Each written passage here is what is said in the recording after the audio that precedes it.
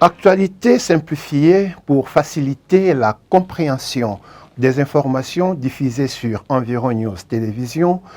Nous sommes heureux de vous retrouver pour ces nouveaux numéros Retro News que nous pouvons résumer comme suit. Validation du processus ITIE en République démocratique du Congo, le secrétariat technique international a organisé une conférence de presse le vendredi 31 décembre 2021 à Kinshasa. Nouveau partenariat pour le développement de l'Afrique NEPAD, le 3e forum pour le développement rural en Afrique s'est tenu à Kinshasa du 10 au 12 janvier 2022. Infrastructure routière en RDC, l'Office des routes se lance les défis de relier l'ensemble du territoire national à l'horizon 2022. Retro News sur Environ News Télévision, bienvenue à tous. Et pour commenter toute cette actualité, bonjour Maître Adrien, bonjour. Juriste de formation, président de l'organisation non gouvernementale LITRAS. Maître Adrien, pouvez-vous nous parler brièvement de votre structure, LITRAS? Alors la LITRAS, c'est la Ligue pour la transparence dans les secteurs extractifs. C'est une ONG des jeunes qui a vu le jour le 5 janvier 2019, ici à Kinshasa, qui réunit les différents jeunes de différentes formations professionnelles. Et nous sommes autour de l'objectif qui consiste à militer pour la bonne gouvernance dans la gestion du secteur extractif. Dans la gestion du secteur extractif, nous voyons l'émission des permis d'exploitation, des permis de recherche. Nous voyons l'exploitation proprement dite. Nous voyons la collecte des taxes et redevances et même la répartition de ces taxes et redevances. Le secteur minier fait donc partie de votre domaine d'intervention. L'actualité, c'est la validation du processus ITIE en RDC qui était au centre de la conférence de presse organisée par le secrétariat technique international. Banjoulou Francis et Nelfimi étaient présents. Je vous invite, Maître Adrien, et à nos téléspectateurs de suivre ces reportages. Comme annoncé au cours d'un point de presse organisé récemment à Kinshasa, les experts de l'initiative pour la transparence des industries extractives internationales ITIE ont démarré le processus de validation de la République démocratique du Congo à la norme ITIE depuis janvier 2022. Le coordonnateur de cette initiative a assuré que la RDC réunit les conditions pour être reconnue comme pays ayant atteint un degré élevé de transparence dans la gouvernance des ressources naturelles. C'est un processus d'évaluation. Le secrétariat international ou l'ITIE international va évaluer le progrès qu'a effectué la RDC dans le sens de la mise en œuvre du processus ITIE. La validation de la RD Congo à la norme ITIE permettra au pays de jouir d'une crédibilité au niveau international et ainsi devenir de plus en plus fréquentable. Pour ce faire, le coordonnateur a rappelé les engagements des parties prenantes à la mise en œuvre du dit processus. À ce jour, je peux dire que le gouvernement l'a manifesté en payant toute la dotation 2021 de l'ITIE RDC. Comme vous le savez, il y a beaucoup d'administrations qui attendent encore les frais de fonctionnement. Mais du côté de l'initiative, le gouvernement a fait des efforts pour que toute la dotation soit mise à disposition pour la mise en œuvre du processus ITIE. Signalons que ce processus durera près de 3 mois. Les résultats seront connus d'ici la fin du premier trimestre de l'année en cours. Alors, Maître Adrien, l'objectif de cette émission, c'est de simplifier l'actualité pour faciliter la compréhension de nos téléspectateurs. Que devons-nous savoir aujourd'hui lorsqu'on parle de l'ITIE? Alors, pour l'historique, c'est que, comme nous le savons, il y a le fameux paradoxe. Donc, un pays potentiellement riche, mais avec une population extrêmement pauvre. C'est un constat qui avait été fait sur le plan international. C'est pourquoi en 2002, le Premier ministre anglais, lors d'un sommet en Afrique du Sud, a constaté que les pays qui sont riches en potentialité de sous-sol se retrouvent très pauvres sur le plan que ce soit du développement ou des revenus. Et c'est pourquoi, pour résoudre ce problème, tant soit peu, il a été constaté que c'est parce qu'il y avait une opacité au niveau des transactions entre les dirigeants ainsi que les exploitants ou les opérateurs économiques. C'est pourquoi il a été initié en 2002 une norme qu'on appelle une initiative. Donc les bonnes pratiques comment les pays qui ont les ressources naturelles peuvent se comporter pour que leurs ressources puissent bénéficier à la population ainsi qu'à l'État sous forme de pouvoir. Donc voilà pourquoi il y a cette initiative pour la transparence. Donc la transparence, c'est tout voir. C'est-à-dire, comme le sous-sol, c'est un don de Dieu qui est donné à tous les citoyens congolais, chaque citoyen congolais doit être capable de savoir ce qui se passe dans le domaine extractif.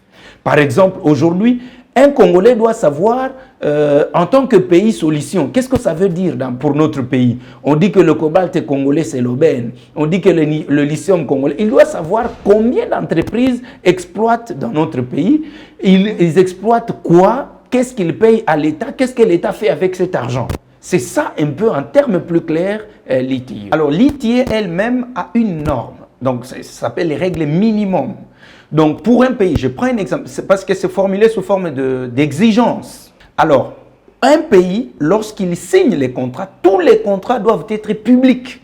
Je prends le fameux contrat SICOMINE. Le contrat SICOMINE était caché du grand public parce que c'était de l'arnaque, s'il faut qu'on appelle ça comme ça. Et nous ne savions pas ce qui était conclu. Mais grâce à l'ITIE, il a été divulgué que ce contrat était un contrat léonin. Parce que comment vous pouvez octroyer des carrés miniers à une entreprise étrangère, mais en contrepartie, au lieu que cette entreprise vous paye les taxes et les droits, vous faites une compensation avec la construction des infrastructures que vous n'avez même pas évaluées à la base. Donc on ne sait pas combien la RDC gagne, combien la Chine prend en RDC. Vous voyez de tels contrats, c'est parce que ce n'était pas divulgué. Vous pouvez prendre, il y a beaucoup de contrats que la GECAMINE a signés, que ce soit avec Tenke Fungurume Mining ou avec Kamo Copper et les autres. On ne sait pas les tenants et les aboutissants, ce qui fait que même le contrôle citoyen a du mal à être exercé. Après cette conférence de presse du début de cette année, quelle lecture faites-vous de perspective 2022 pour l'ITIE en République démocratique du Congo? Alors nous devons reconnaître qu'il y a quand même des efforts. Au niveau du groupe multipartite, il y a beaucoup de réunions qui se tiennent depuis plus d'une année, malgré le contexte Covid. Mais il y a quand même des efforts et ces efforts sont louables. Et nous, la société civile, nous sommes optimistes. Nous savons que la RDC sera jugée pays conforme.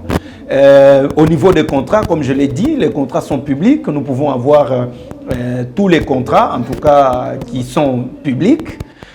Il y a aujourd'hui les rapports ITIE presque chaque année. Bien sûr, il y a eu un rapport assoupli de 2 ans et demi. Nous attendons le rapport fin 2020 et peut-être 2021 qui pourrait sortir dans les jours prochains.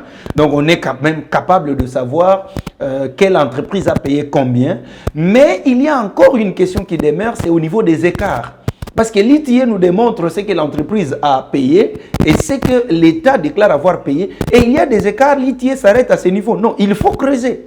Maintenant, si l'entreprise déclare avoir payé par exemple 100 000 $ et que l'État déclare avoir perçu 60 000 $, l'ITIE doit nous dire où est parti les 40 000 $.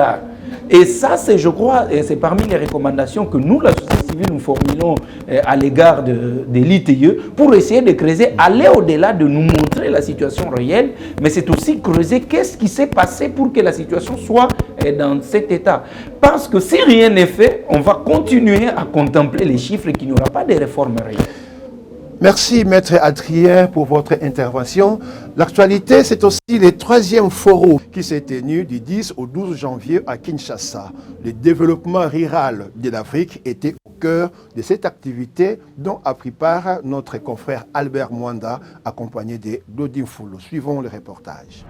Le Forum pour le développement rural en Afrique est devenu depuis 2013 une plateforme de recherche et de consensus pour défendre la transformation rurale, le développement territorial et la planification du secteur agricole. Plusieurs projets sont initiés par différents partenaires du continent. Pour sa 3e édition, ce forum organisé par NEPAD a ouvert ses portes en République démocratique du Congo.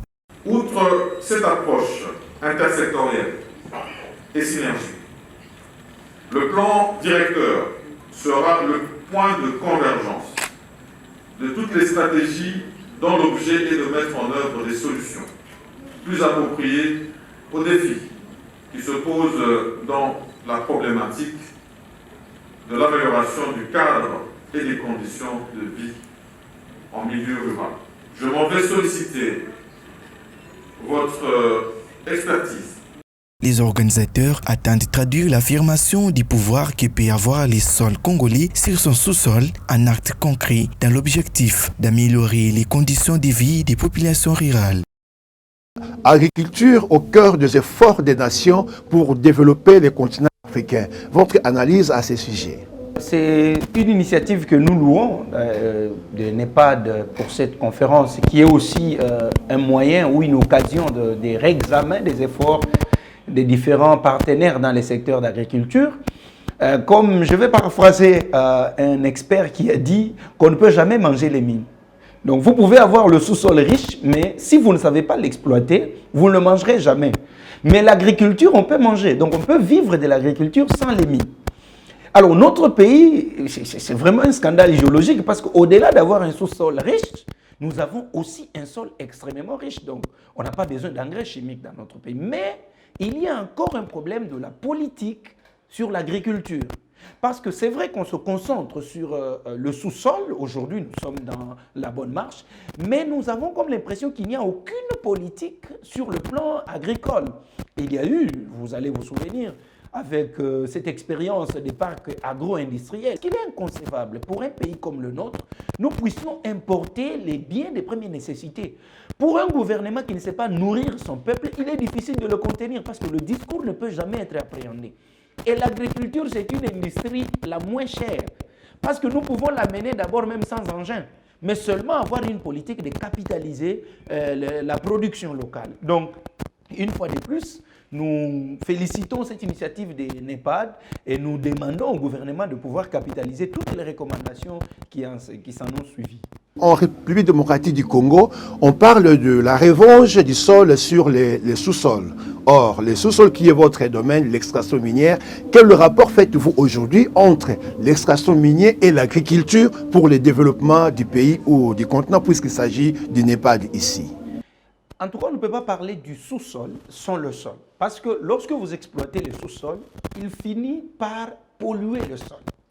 Donc voilà pourquoi il y a des mesures de plus en plus de protection de l'environnement ou des réparations. Que ce soit au niveau de la délocalisation de la population, en tant qu'expert environnementaliste, vous en savez plus, mais aussi au niveau de l'exploitation sous forme de production alimentaire. Parce que même si vous avez une usine qui a un personnel, ce personnel doit être nourri. Mais il doit être nourri par les produits exploités localement. Voilà pourquoi nous pensons, avec la réforme même du code minier, il y a une bonne part sur le rétablissement de l'environnement, mais aussi des différents paiements ou taxes dans le secteur comme réparation. Et nous voulons que ces taxes-là et redevances puissent être canalisées au niveau de l'agriculture, au niveau local, bien sûr.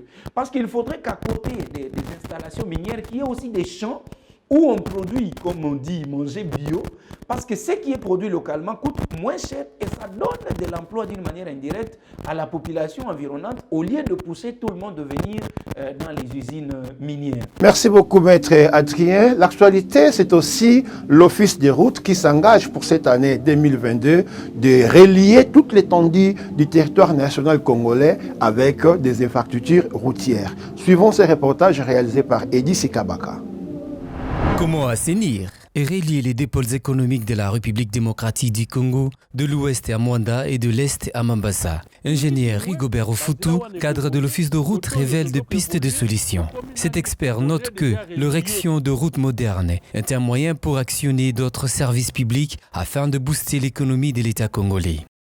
Nous avons le port en eau profonde à Banana, qui est un grand projet. Nous voulons que cette route, déjà avec ce qu'il y a, et la compagnie CCCC, avec l'accord cadre signé avec notre ministère pour moderniser de Kisangani jusqu'à Luna, les rattacher de l'autre côté pour aller à Beni. Nous voulons du moins que cette route puisse être un moyen pour relier ces chemins. Qu'on est déjà relié.